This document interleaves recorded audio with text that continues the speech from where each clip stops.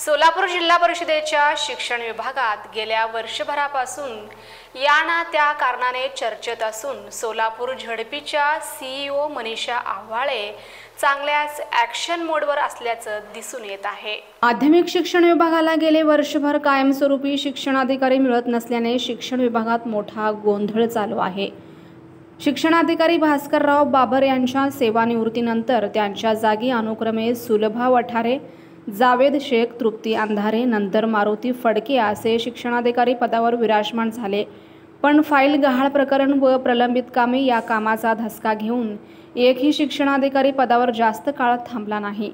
याचा नाहक त्रास तेथे कामासाठी येणाऱ्या लोकांना व CEO आव्हाळे यांना झाला। नवीनच CEO पदी रुजू झाल्यानंतर मनीषा आव्हाळे यांच्या कामाची शिस्त व कडक धोरणामुळे सर्वच विभागाचे धाबे दणाणले। सुस्त असलेले सर्व विभाग खडबडून जागे होऊन कामाला लागले। त्यातच शिक्षण विभाग हा प्रलंबित कामाच्या बाबतीत रडारवर आला। त्यामुळे CEO आव्हाळे यांनी आपले पूर्ण लक्ष शिक्षण विभागावर केंद्रित केले। त्यांच्या कामाच्या शिस्ततेचा धसका घेऊन अधिकारी या पदावर येण्यास टाळाटाळ करू लागले।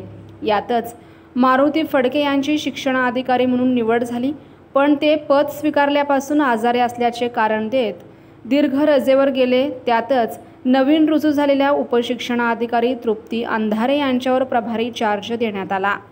CEO आव्हाळे यांनी मारुती फडके यांना कामावर लवकरात लवकर हजर होण्यासाठी नोटीस काढले। त्यानंतर फडके हे परत कामावर रुजू झाले, पण काही कारणाने ते परत रजेवर गेले। फाईल गहाळ प्रकरणी आता माजी शिक्षणाधिकाऱ्यावर गुन्हा दाखल झालेला असून यावेळेस शिक्षणाधिकारी हे जागेवर राहून त्या कामाची जबाबदारी घेणे गरजेचे असताना मारुती फडके हे रजेवर गेले। त्यामुळे तीव्र नाराजी व्यक्त करत CEO आव्हाळे यांनी त्यांच्या निलंबनाचा प्रस्ताव शिक्षणायुक्त सूरज मांढरे यांच्याकडे पाठवण्याचा निर्णय घेतलेला आहे।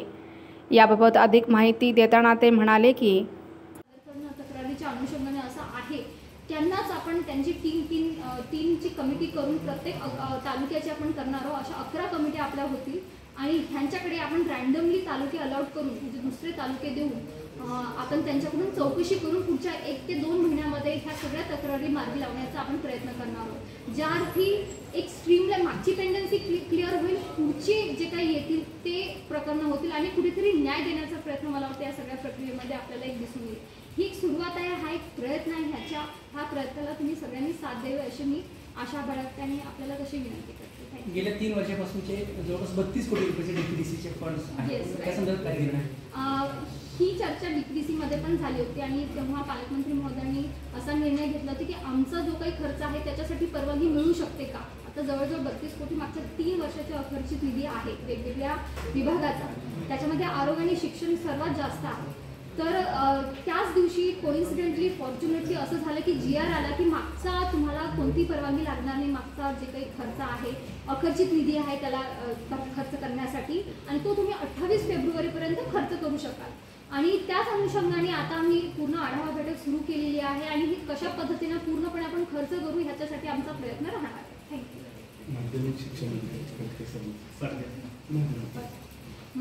माध्यमिकच्या आपण शिक्षण अधिकारीचा काय होतंय की FIRची फार गंभीर प्रतिक्रिया मागच्या वेळेसही आपल्याकडून मला ऐकायला मिळाली होती। त्याच्यामध्ये FIR दाखल झालेला आहे, पण FIR दाखल करणे एवढाच आपला मुद्दा नव्हता। त्याच्यामध्ये त्यांचे जे पगार आहेत, जे कर्मचारी होते ज्यांना 10 ते 20 वर्ष ते वाट पाहत आहे, त्याच्यामध्ये ते मिळणं वेळेवरती हा आपला उद्देश होता।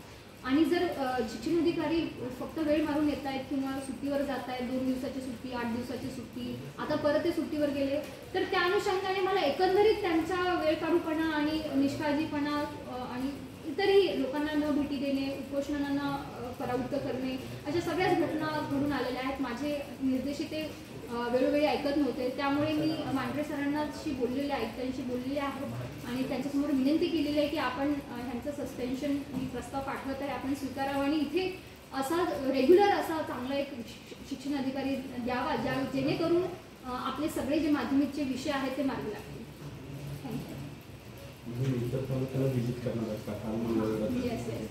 मी आता मागच्या 15 जेव्हापासून जॉईन झाले तेव्हापासून वेगवेगळ्या तालुक्याला जेव्हा वेळ मिळेल तेव्हा भेटी देत असते आता मी मंगळवेढ्याला गेली होती, बार्शीला गेली होती, त्याच्या आधी मोहोळला गेली होती.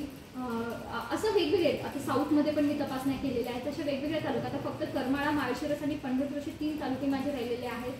तर त्या अनुषंगाने मी तिथे जे जलजीवनची कामं असू देत, रस्त्याची कामं आहेत, PHC व्हिजिट्स, त्याच्यानंतर शाळा व्हिजिट्स, अंगणवाडीची काल मी पाहणी केली. तर मी प्रत्येक तालुक्याला 15 दिवसातून एक तरी तालुका कव्हर झाला पाहिजे असं मी निश्चय केलेला आहे. आता फार व्यापक, फार जास्त काम असल्यामुळे थोडा वेळ कमी मिळतो, पण आय एम शुअर की एकदा आपली पेंडन्सी जी मागची भरून निघाली की मला थोडासा वेळेचा तसा अभाव इतका राहणार नाही आणि प्रत्येक आठवड्याला मी माझ्या व्हिजिट वाढवणार. अशाच नवनवीन अपडेटसाठी जनता राज्य न्यूज चॅनलला सबस्क्राईब करा, लाईक करा आणि शेअर करायला विसरू नका.